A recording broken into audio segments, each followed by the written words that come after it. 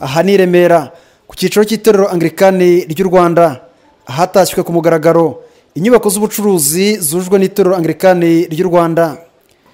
Ibi bikaba bikubiye mu ntego z'umwepiskopi mukuru Dr Rurambanda mu rwego rwo gufasha itorero kwigira, dore ko hari ameze mu gihe cy'imyaka 3 ishize, ubu hakaba hambaye isura nshya. Dr Rurambanda ari kumwe n'umwepiskopi wa diocese ya Kigali Rusengo Nathan Amoti bavuze ko ari ishema ku itorero kugira inyubako nk'izi z'ubucuruzi. Icyo bivuze ku itorero bijyanye na ya ngingo yacu nanone yo muri za pile 5 bijyanye na ya ngingo yacu yo kwigira. Icyo bivuze ku itorero ni uburyo bwo gushoboza itorero kuvuga ubutumwa no gukora imirimo yindi yose y'itorero ijyanye n'ivuga butumwa, ijyanye no kwigisha, ijyanye no gutegura pastori, ijyanye no kwigisha no gutegura amashuri y'incuke, ijyanye n'imirimo yose itorero rikora. Ni muri bwa buryo bwo kwigira mbese nk'uko n'igihugu cyacu kibidushishikariza kugira ngo tuve mu kujya dusabiriza. Ni ivuga butumwa rero jewe nita ivuga butumwa ryuzuye cyangwa se icyo twakwita holistic ministry. Ubwo rero mu magambo make nuko ibingibi bizadushoboza kubona uburyo bwo kugira ngo dukore imirimo Imana yaduhamagariye. Ku muntu utahamenyereye ahantu tuheruka amazu mato harimo nk'ibyumba bingahe bigiye gukorerwamo hanga by'ubucuruzi? Ibyumba bigiye gukorerwamo ni ibyumba 42 by'ubucuruzi bigiye gukorerwamo. Hari n'ahandi hashobora kujya ibindi byumba 12, ariko igihe cyabyo ntikiragera, tuzaba tubyongeramo igihe kigeze.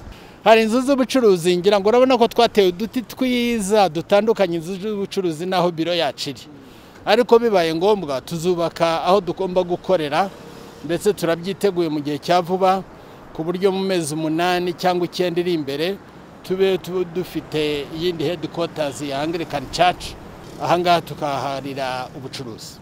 Hari cyo gikunze kuba cyuko amazu nk'ayanga rimwe na rimwe usanga ari mu madeni ugasanga aterekezo mu banke mwe bw'inzu, inzu baswe n'abakristo, inzu baswe n'itorero bimeze bite? Turashima Imana ko iyi nzu kuyibona no kwiri nta deni ririmo. Iyi ni inzu yubatswe n'abaterankunga bagiye badufasha n'ubushobozi biro yacu y'itorero Anglikani ry'u Rwanda yagiye ishaka. Iyi nzu rero ikaba ifitemo ibice bibiri ko nabivuga.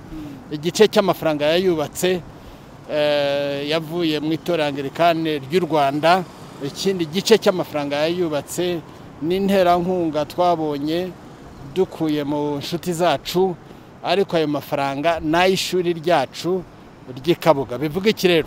Bivuga ko umusaruro uzava muri iyi nyubako iri aha ngaha 50% nayo gufasha imirimo y'itorero, 50% nayo gufasha ishuri ryacu riri Ikabuga.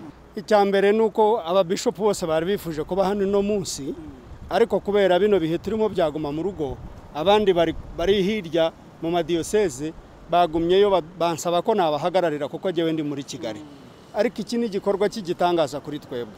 Ni ikintu twasengeye igihe kirekire nk'Abanglikani ko dushaka kugira ngo itorero ry'u Rwanda, itorero ry'Abanglikani mu Rwanda ribe itorero ryitunga ritunzwe n'ibikorwa byabyo biri mu Rwanda, atari itorero ritunzwe n'ibivi mahanga.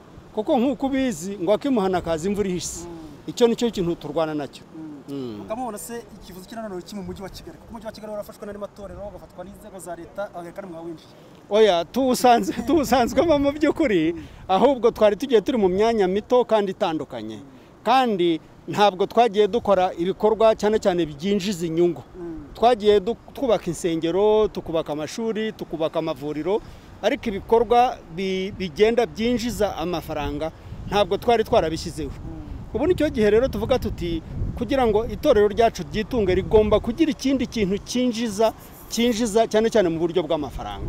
Nibwo buryo bwo gukora ibi bintu. Ariko iki ni igikorwa cyiza kuko nukubaka itorero ry'Abanyarwanda, itorero ry'Inyarwanda rikagira imizi mu Rwanda. Ahubwo iri nivuga butumwa. Iri nivuga butumwa kuko tujya tuvuga ngo burya ntavuga butumwa, ivuga butumwa ryose rigira amafaranga, rikoresha amafaranga. Kugira ngo abantu bashobore kujya kuvuga ubutumwa bagomba kuba banyweye bariye bagira uko babaho kugira ngo bahaguruka bagiye kuvuga. Noneho rero ibi bikorwa bizafasha ibi biro byacu byo ku rwego rw'igihugu, bizafasha amadiocese yacu kugira ngo ashobore gukora ibikorwa by'ivuga butumwa. iyi nyubako yatashywe ku mugaragaro ije yongera ku zindi nyubako z'ubucuruzi itorero ryujuje i Remera ahazwi nko mu Giporoso ndetse na Kibagabaga. Nyuma yo gutaha inyubako y'ubucuruzi, umwepiskopi mukuru Dr Rorambanda yanatangije umushinga w'inyubako nshya y'ubucuruzi igiye kubakwa i Kibagabaga, ikazafasha kaminuza y'itorero Anglikani ry'u Rwanda kwigira, ikazuzura mu gihe cy'amezi 8. Iki kibanza kizajyamwe inyubako y'ubucuruzi ntituramenya izina ryayo, ariko ni ikibanza cya East African Christian College. Ni ikibanza rero cyaguzwe n'ishuri ryacu ry'Ikabuga, kandi inzu igiye kujyamo ya etage ngira ngo ni ground plus 3 cyangwa se icyo twita G3. Icyo kibanza rero iyo nzu izabigiyemo niyo kugira ngo izatanga ubushobozi ku ishuri ryacu ry'Ikabuga East African Christian College, kugira ngo amafaranga azavamwo, kuko ni inzu commercial, azajya afasha mu kugira infrastructure cyangwa se ibikorwa remezo by'ishuri ryacu, afashe mu buryo bwo kumenya yuko tutabuza abarimu, afashe mu buryo bwo kumenya yuko nta munyeshuri utishoboye ubuza aho yiga, mu buryo twatanga za scholarship z'abanyeshuri, kandi amafaranga akomereshwa mu buryo bwo guteza ishuri ryacu imbere. Tumaze igihe tubona ibibazo by'amashuri, amashuri akagira icyo akabura amafaranga atuma ishuri rikomeza. Turashaka kwirinda icyo kibazo nubwo ishuri ryacu rikiri ritoya. Murashaka kuki mu gushyira imbaraga nyinshi cyane muri kaminuza, cyane cyane muri kugira ngo yigire? Kaminuza kugira ngo yigire ni bya bintu nyine byo kuyirinda kugira ngo ejo ntihazagire ikinyeganyeza. Ikindi cya kabiri, kaminuza ijyanye na ngingo yacu ya mbere muri za pile 5 twavuze yo kwigisha abakozi b'Imana no kwigisha abanyarwanda muri rusange. Erega hari ikibazo tugira, kaminuza yego wayiti y'Abangilikani, ariko iyi shuri nka ririya rihagaze ntabwo riba rikiri ry'itorero gusa, ni iry'igihugu. Ni ukwigisha abanyarwanda rero n'abana b'abanyarwanda. Turagira ngo rero tugire ishuri ryiza rwose muri East Africa, mu mashuri y'amadini n'amatorero ndetse n'ayandi yose, natwe tugire ishuri rizima rihagaze neza, rihesheje ishema igihugu cyacu. Ishuri wumvise ko twarigise ngo East African Christian College, rizazana nabo bose bo muri East Africa bakaza bagira bati koko dufite ahantu tujya. Turashaka kugira u Rwanda nyabagendwa, turashaka kugira u Rwanda destination, turashaka babandi bavuga ngo ngiye kwiga UCU, ngiye kwiga Limuru St Paul, ngiye kwiga St John Dodoma muri Tanzania, turashaka kwiga Whitfield George Whitfield Cape Town muri South Africa, cyane cyane b'abanyamadini noneho bayoboka u Rwanda bazahanga muri iryo shuri ryacu.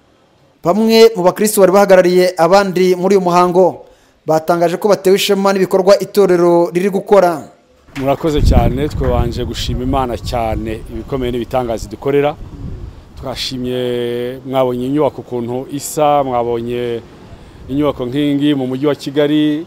Twashimye Imana cyane kuko aha hantu ni ahantu twasoreraga, twatangaga amafaranga akagenda atatugarukira, nubwo yagarukaga mu bundi buryo igihugu kidushoboza, ariko uyu munsi murabona ko tuvanyemo inyubako zigiye gufasha abanyarwanda kandi zikazafasha itorero kugira ngo ryaguke n'umurimo w'itorero nawo ugere kuri benshi. Ni ishema rikomeye cyane kuko mu by'ukuri uyu mujyi wa Kigali uko ugenda wihuta, si itorero ryakumye gusigara inyuma. Uyu munsi rero turashima Imana yuko tugendana n'umujyi, tugendana n'ibihe, tugendana n'iterambere. Ibi bikorwa bivuze ikintu gikomeye cyane kuko nk'uko no mu gihugu cyacu ubuyobozi bw'igihugu bahora batwigisha ibintu byo kwigira, iyo twita sustainability cyangwa autosuffisance. Kubona itorero rishobora gukora ibikorwa nk'ibi ngibi biratanga icyizere cy'uko ejo h'itorero hameze neza cyane.